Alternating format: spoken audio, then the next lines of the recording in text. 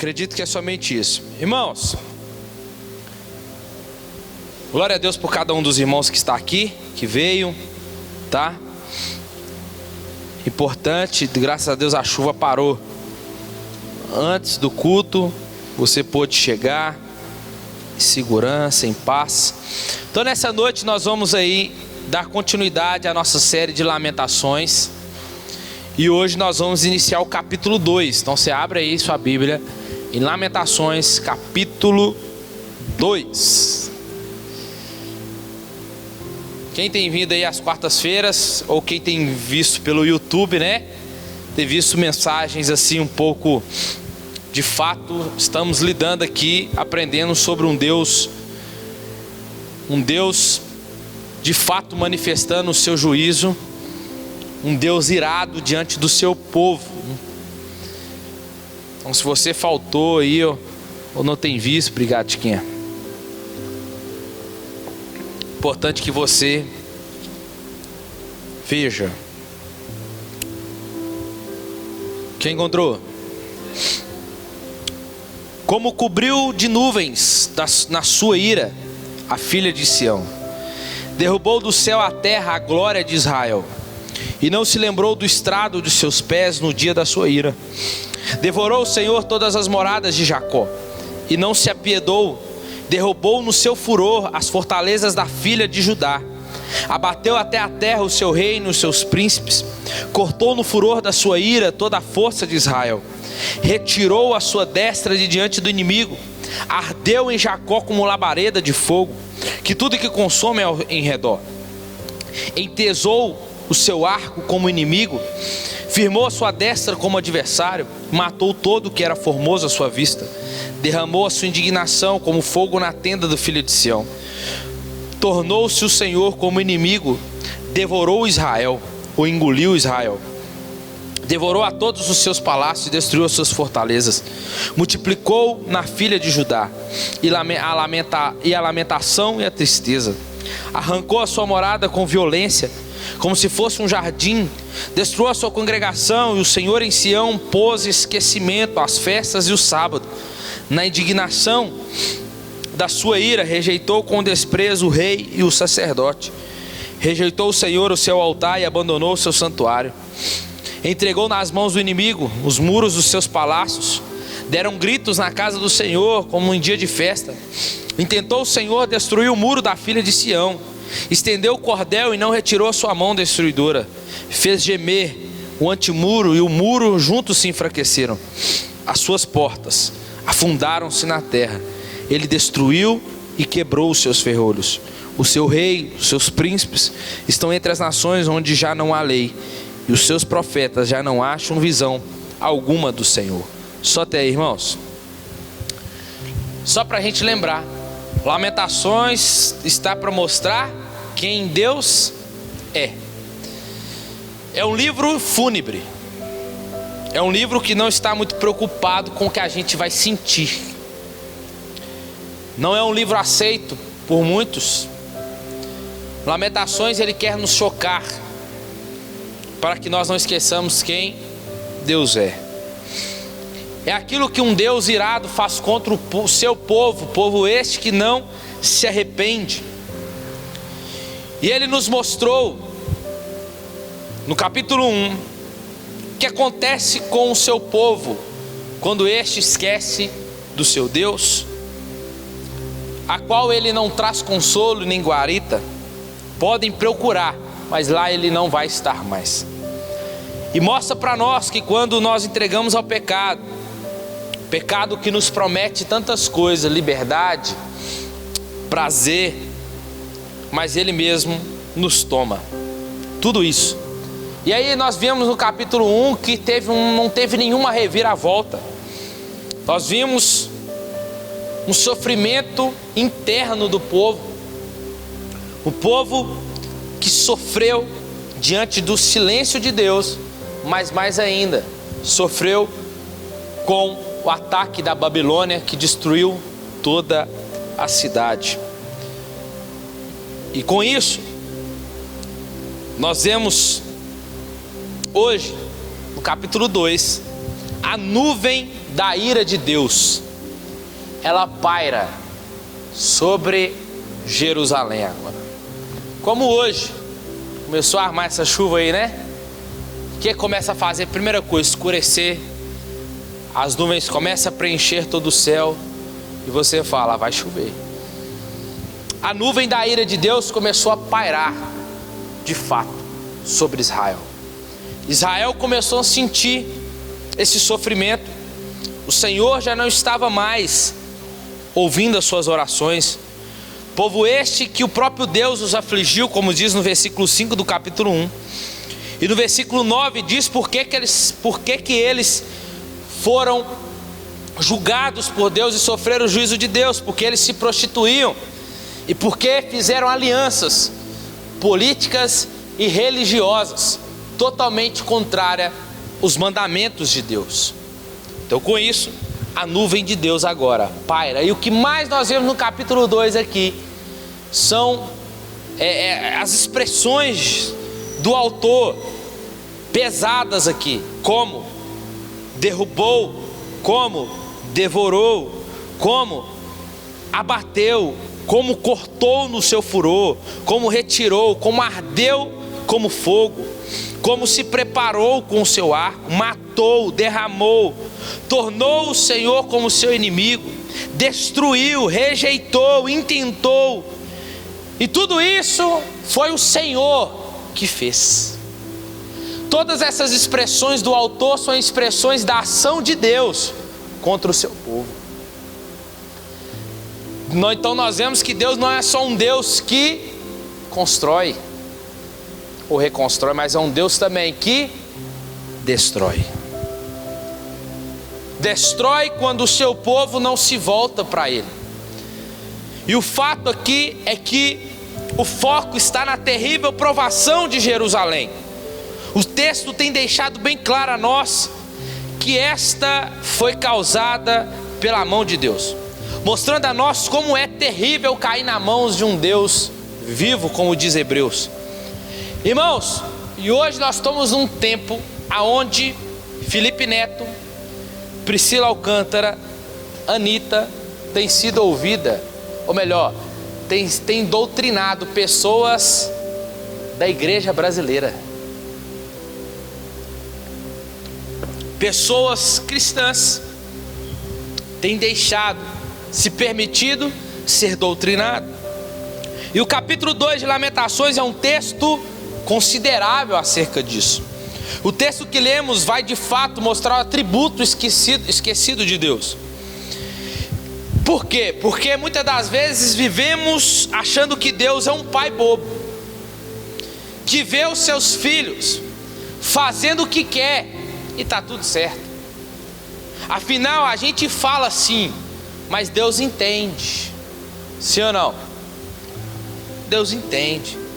Vivemos no tempo em que a graça de Deus foi trocada por uma libertinagem, uma desgraça. O tempo onde o amor de Deus, Deus é amor. Aí, por Deus ser amor, anula todos os outros atributos dele, como a ira, como a sua ira. E pensando nós assim, que Deus só é amor, nós vamos desprezando a Deus. E Lamentações 2 nos mostra ao contrário do que pensamos. O autor tem um compromisso em nos mostrar sobre um Deus que se ira. E a ira de Deus vai aparecer no livro de Lamentações cerca de 12 vezes. Mas só no capítulo 2 aparece 8 vezes, mais da metade está aqui. Então estamos diante do maior tratado da ira de Deus.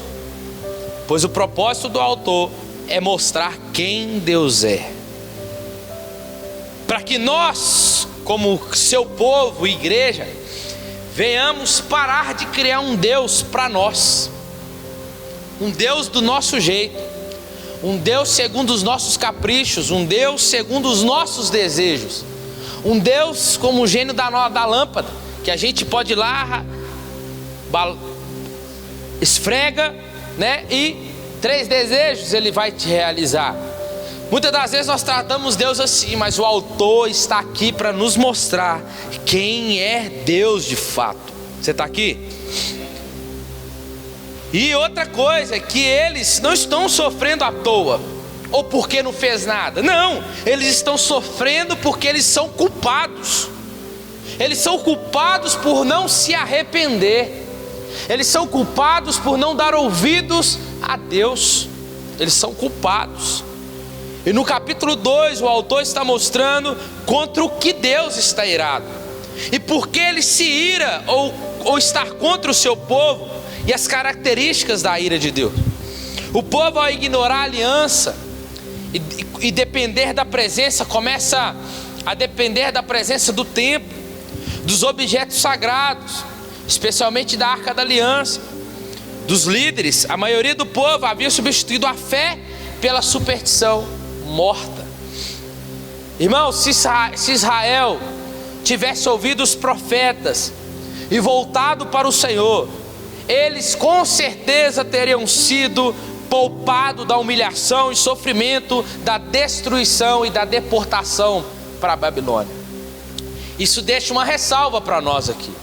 Não é sobre você somente ouvir aqui pessoas que pregam, não, mas é sobre eu e você darmos ouvido às Escrituras. É sobre eu e você darmos ouvido à palavra de Deus. Se sabemos que Cristo vai voltar, se sabermos que tem um juízo já preparado para aqueles que não creem, para aqueles que não se arrependem, para aqueles que vivem na prática do pecado, se nós já sabemos, mas mesmo assim vivemos como se nada vai acontecer, irmãos, nós estaremos assim. Se nós não ouvirmos as palavras de Deus, seguirmos os mandamentos de Deus, nos voltar para Ele, com certeza não seremos poupados no dia do juízo, no dia da humilhação e sofrimento que haverá de vir sobre essa terra. Isso é um aprendizado para nós nessa noite. E aí, o versículo 1 começa assim. Talvez na sua Bíblia comece: como cobriu o Senhor, ou como cobriu. Aqui é um tom fúnebre. O que é um tom fúnebre? É quando nós vamos no velório, né? Já foi no velório? Velório, eu não gosto de ir no velório, mas é um dos lugares que eu mais fui depois que fui pastor. Nossa Deus, mais que velório e apresentar criança. Foi o que mais a gente faz. Mas irmão, você chega lá, como é que está o clima? Triste, angustiante. Às vezes você até chora junto, uns que está chorando. Mas é horrível. Mas é um lugar onde você deve se refletir. Então nessa noite nós vamos refletir aqui. Porque há um tom fúnebre aqui no capítulo 2, mostrando que Deus está cobrindo com uma nuvem, mostrando que a cidade está em volta de uma nuvem tempestuosa da ira de Deus. No passado de glória de Israel, irmãos, você vai lembrar, a nação havia seguido uma nuvem de glória, uma coluna de fogo no deserto. Mas agora Deus mandou uma nuvem também, mas agora com a sua ira. Contra quem Deus irou? Por que Deus se irou? Deus está irado contra o templo e contra o culto que era oferecido ali também. Olha as expressões que se encontra do autor aqui. Precipitou, ou lembrou das estradas dos seus pés. Isso está associado à glória de Israel. Está fazendo menção à Arca da Aliança aqui, ao templo. O que Deus usava para pisar nessa terra aqui, na antiga aliança? A Arca da Aliança. A sua presença notória na terra era a Arca. E depois, o templo, aonde a arca ficava lá, aonde depois que Salomão constrói o templo, a glória de Deus desce.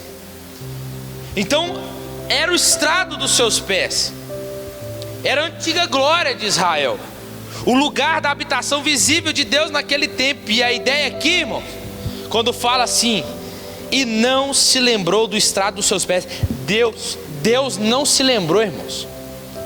Deus não se lembrou, que não quer dizer que ele bateu a cabeça e esqueceu. Não. A ideia aqui é que Deus descreve uma postura aqui de Deus de negligência.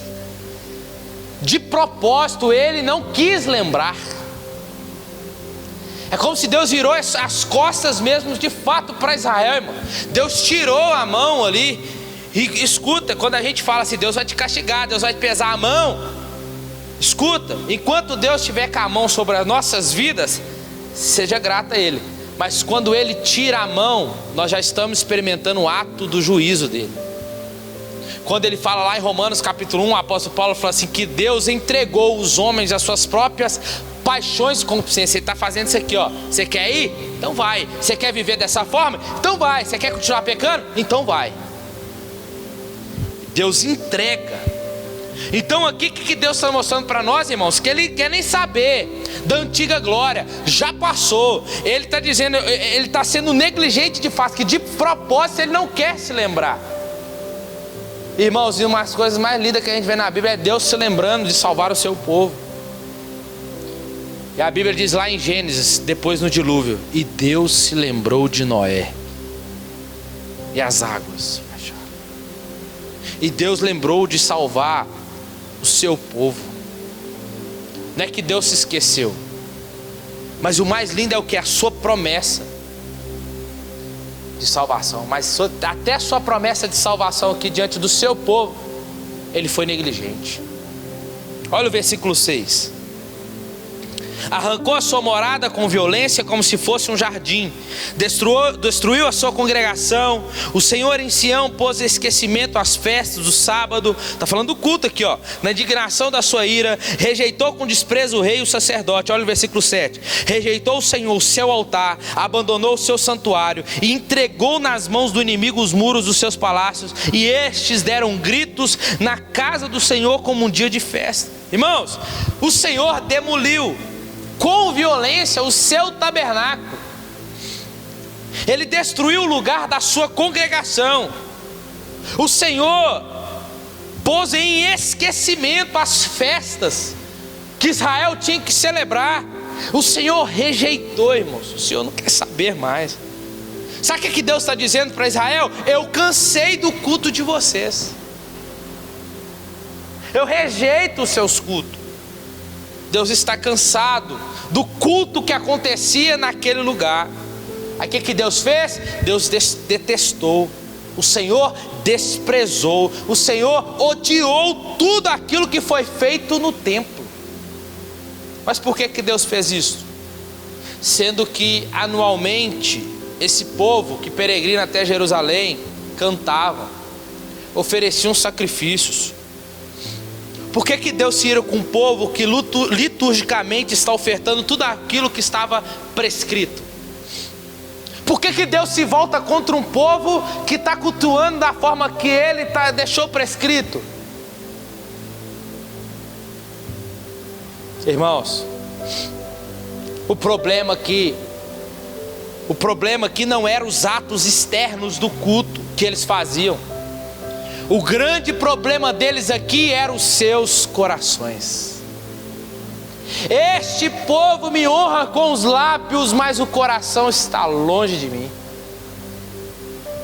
É aquele momento que quando nós chegamos, nós levantamos as nossas mãos, falamos palavras para Deus, cantamos, chorando, mas muitas das vezes o nosso coração está totalmente distante do Senhor.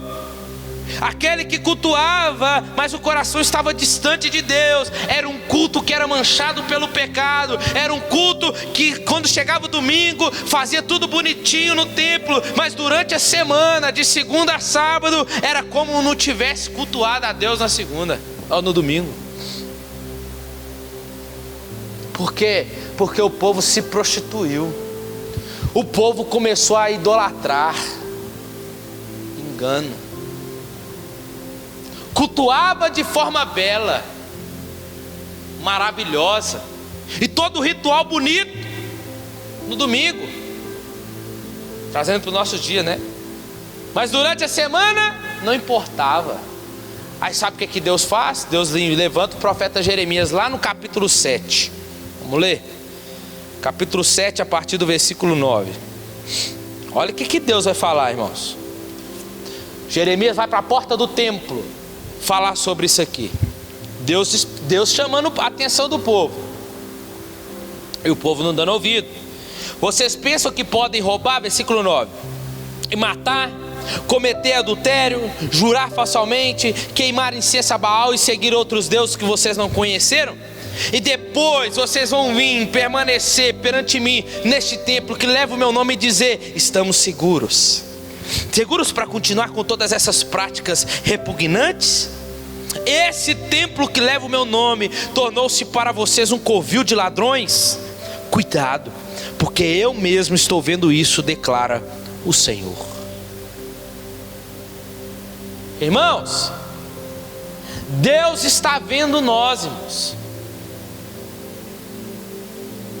O grande problema nosso nunca será as ações externas de culto, quem dera se fosse.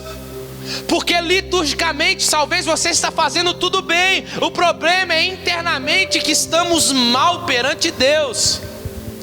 O problema é estarmos no culto como esse aqui, ou num domingo, vir cultuar, fazer tudo bonitinho, mas chegar a semana e esquecer de tudo que vivenciamos e prestamos aqui num culto.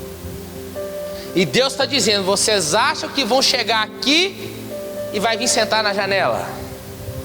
E vocês acham que eu não vou fazer nada?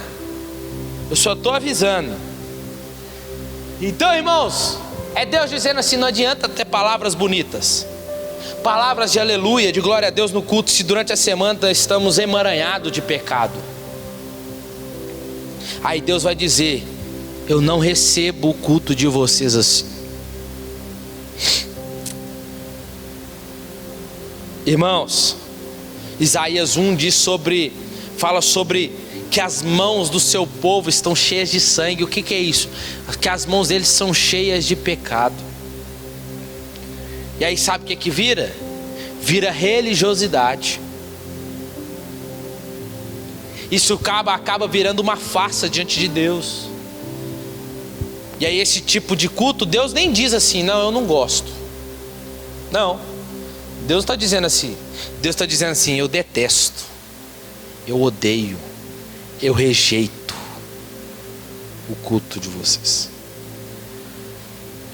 Ações de culto, irmãos, ações de culto externo sem um coração entregue à hipocrisia, Deus odeia. E naquele dia Ele destruiu, irmãos. Ele destruiu. Que tipo de culto nós temos entregado ao Senhor, irmãos? E com isso Deus colocou uma nuvem entre si e o povo, para que as orações também agora não chegassem até Ele. Olha o versículo 2: devorou o Senhor de todas as moradas de Jacó e não se apiedou, derrubou o seu furor, as fortalezas da filha de Judá, abateu até a terra o seu reino. Olha os termos: engoliu ou devorou. Indica aqui um ato de destruição rápido e aparentemente irreversível. Porque o que foi derrubado, ele pode ser erguido, mas o que foi engolido pode talvez ter desaparecido para sempre. Acabou. O Senhor estava sendo implacável, irmãos, na sua ação. Ele, como diz o texto, Ele não se apiedou, Ele não teve piedade.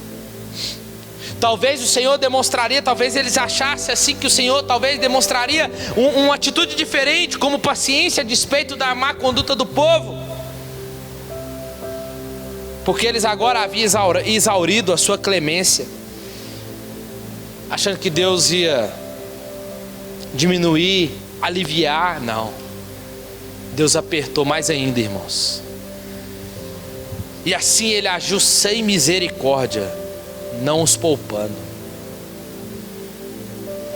Objeto da sua ira, os pastos de Jacó. Os pastos pacíficos representam a prosperidade econômica do país. O Senhor foi contra, que se baseava na agricultura do povo. E pastos aqui significa lugares de descanso. Os lugares que eram descanso se tornou ambiente de guerra. lugares usados pelas forças dos exércitos da Babilônia.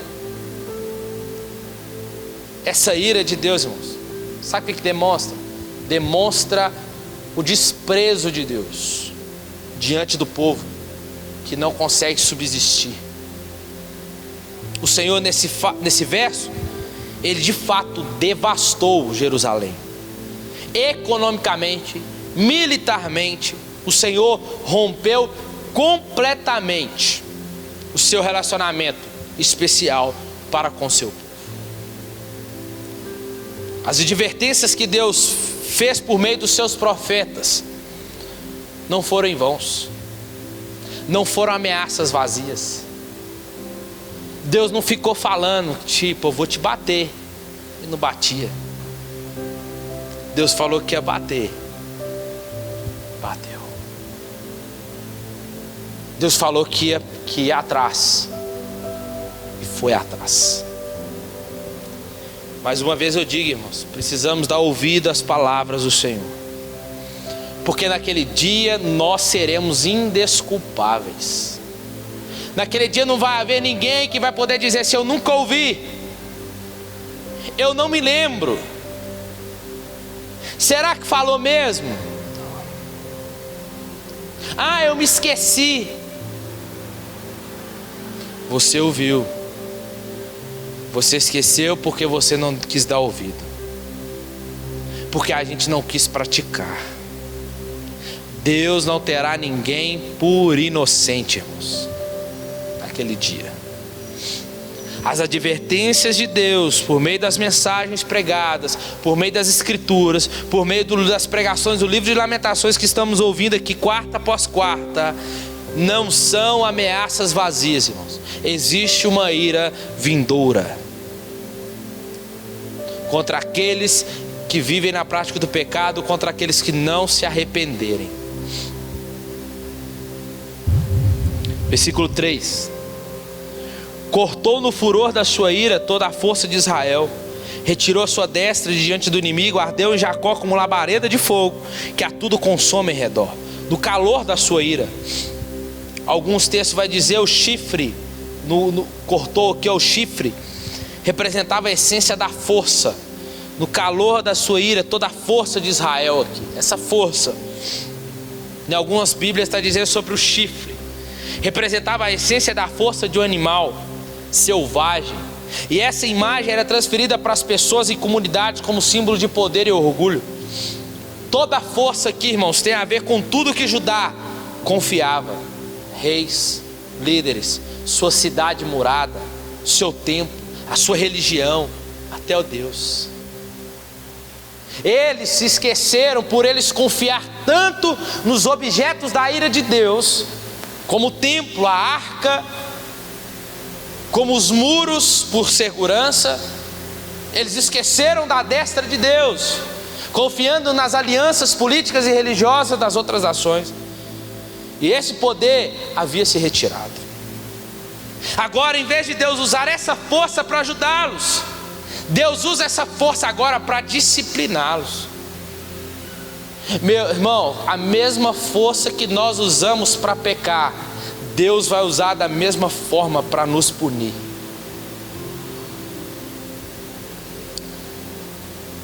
Deus de fato retirou a sua proteção, a sua ira. Deus estava devorando o seu povo como um terrível juízo. Ele ardeu contra Jacó. O Senhor aqui, esse ardeu, é comparado a um fogo que consome tudo em seu relacionamento com o seu povo da aliança. Nada extingue a sua ferocidade, não há como escapar das suas chamas, da sua ira. O Senhor é no calor da sua ira. Ele ardeu, Ele consumiu tudo. Toda glória passada não existe mais. Versículo 4 e 5. Que interessante, tesou o seu arco como inimigo, firmou a sua destra como adversário e matou todo o que era formoso à vista. Derramou a sua indignação como fogo na tenda da filha de Sião. Tornou-se o Senhor como inimigo, devorou Israel, devorou todos os seus palácios e destruiu as suas fortalezas. Multiplicou na filha de Judá a lamentação e a tristeza. E aqui nós começamos a ver Deus, a hostilidade do Senhor. Jeremias descreveu a destruição, irmãos, das construções, especialmente dos palácios, das fortalezas e do próprio templo. O Senhor avisou, irmãos. O Senhor levantou Jeremias, o Senhor levantou Abacuque, o Senhor falou por meio de Isaías, mas o povo não quis ouvir. E o Senhor, nesse verso 4, é colocado agora como um arqueiro inimigo contra eles. O mesmo Deus que retirou a mão agora se coloca contra, pronto para atirar e atingir o seu alvo, a qual ele escolheu: o seu povo, a cidade. A mão direita, diz o texto, firmou a sua destra. A mão direita, irmãos, o versículo está dizendo aqui que essa mesma mão direita, que várias vezes Deus vai usar esse termo sobre a sua mão direita para guardar o povo, para sustentar o povo, sobre a sua destra. Essa mesma mão direita agora é usada para atacar, pronta para atacar. O Senhor inverte a sua ação. A mão direita que protegia agora tem em sua mão um arco, pronto para atingir o seu alvo. Já disse aqui, uma coisa é Deus estar por nós, mas o problema é quando Deus se põe contra nós, irmãos. Naquele dia, nós vamos estar diante de Deus, mas quem Deus será para nós? O juiz ou o pai?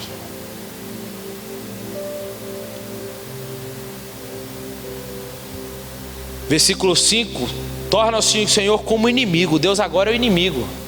Os babilônios trataram o templo, irmãos, templo este que era sagrado, templo este que era usado para sacrifícios, templo este que era usado para oferecer culto ao Senhor, a qual o próprio povo já tinha profanado. Culto este que agora, esse templo, a cidade, os babilônicos, usado como chicote nas mãos de Deus para punir Israel.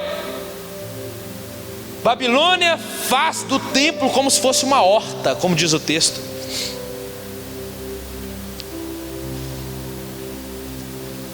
Como uma horta, e não um lugar onde o Senhor habitava. Mas os judeus não haviam agido de forma muito diferente, já tinham profanado este lugar. Profanaram com o pecado, hipocrisia, e foi isso que levou o templo à destruição. O pecado causou, o que o pecado causou, irmãos, foi a hostilidade do Senhor com o seu povo. E o destino foi a ruína.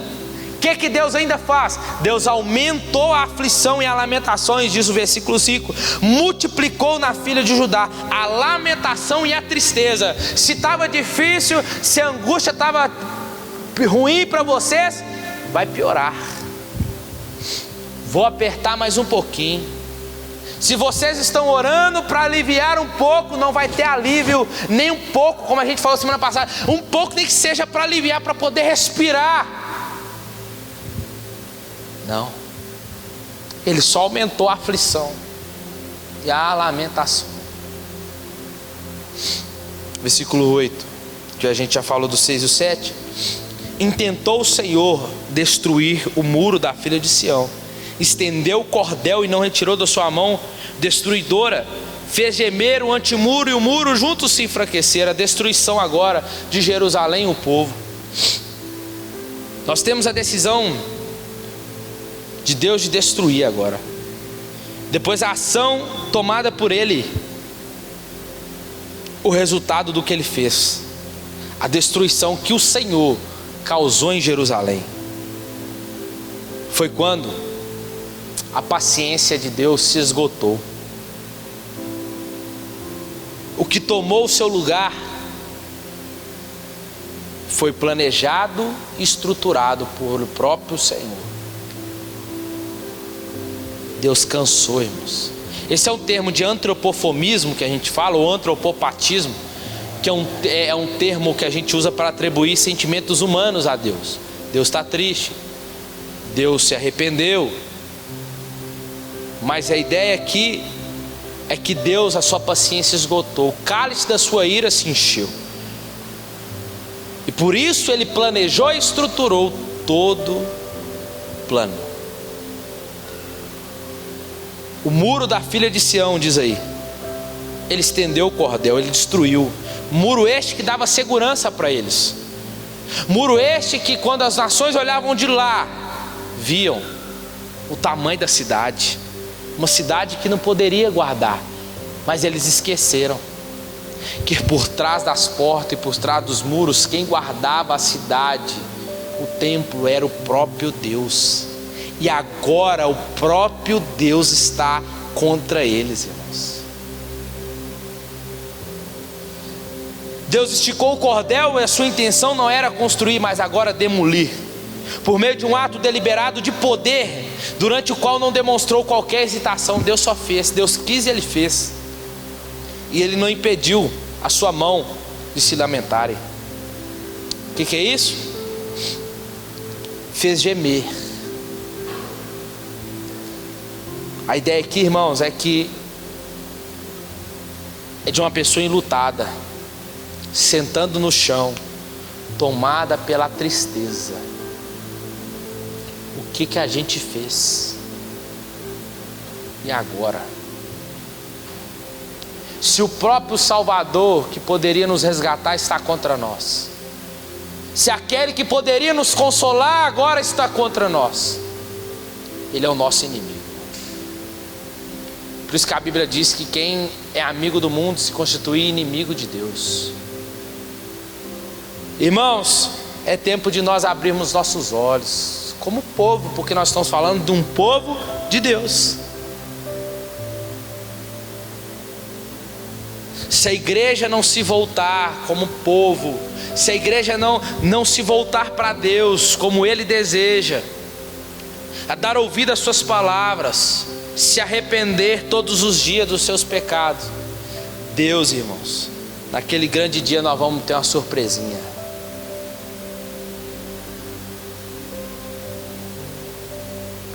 Versículo 9 e último. As suas portas afundaram-se na terra, Ele destruiu e quebrou os seus ferrolhos. O seu rei, os seus príncipes estão entre as nações, onde já não há lei e os seus profetas já não acham visão alguma. Aqui declara que os judeus haviam perdido tudo que lhes era precioso: as portas, os muros, os líderes, a lei e os profetas. Não tem mais ninguém. Deus não lhe dava visões para mostrar o que fazer, irmãos. Deus está calado.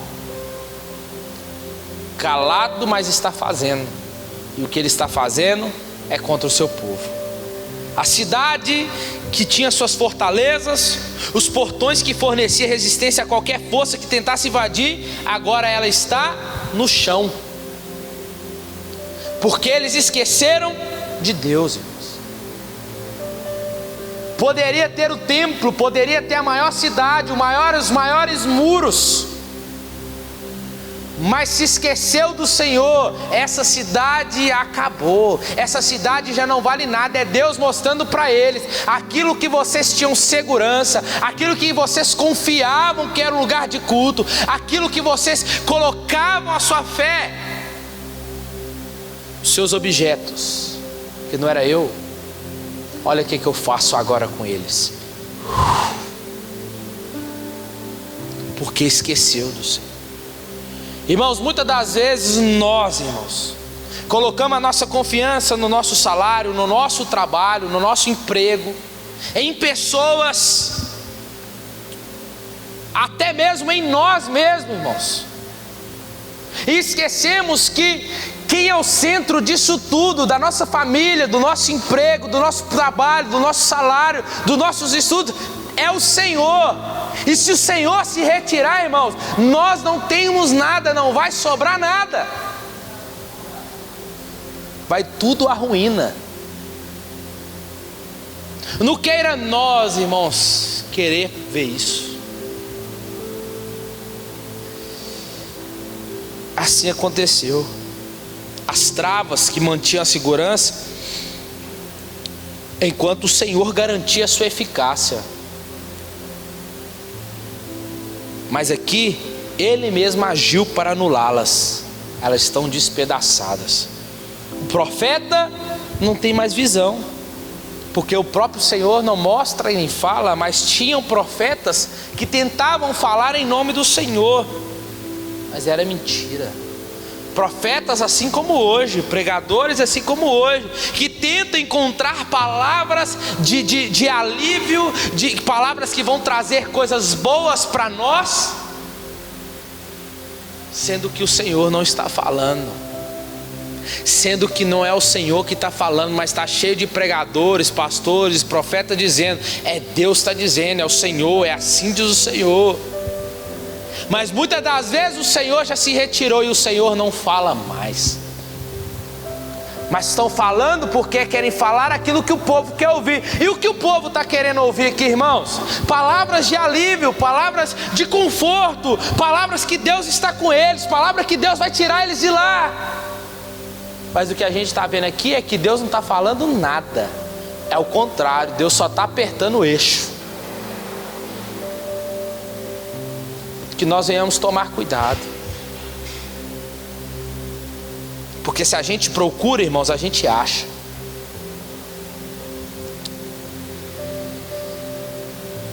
Algumas mensagens de esperança ou alívio, mas Deus não falava nada. A ira de Deus, irmãos, a nuvem da ira de Deus, que é o tema do capítulo 2 aqui, nos demonstra que Deus se preocupa com as situações. E a ira dele, irmãos, é uma reação da sua santidade. É uma reação da ação do nosso pecado contra a sua santidade. Ao afirmar o seu direito de determinar que tipo de conduta ele deve ou não ser tolerada no mundo que ele criou e ele mesmo domina sobre ele. A ira divina contra o pecado é um aspecto inescapável deste mundo que vivemos. Deus demonstra para nós aqui que Ele é um justo juiz. É um Deus que reage com indignação todos os dias. Deus se ira, irmãos. E a ira de Deus é uma resposta da sua santidade ao pecado de uma criação rebelde. Sem pecado não haveria ira, mas sempre haverá o amor de Deus. Qual que é o segredo? Corra para Jesus, irmãos. Se volte para Ele agora.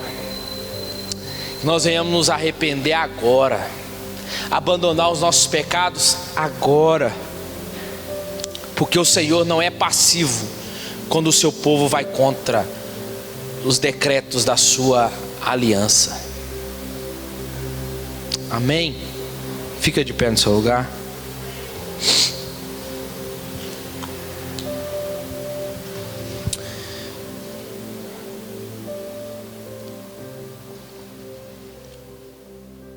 Pai, em nome de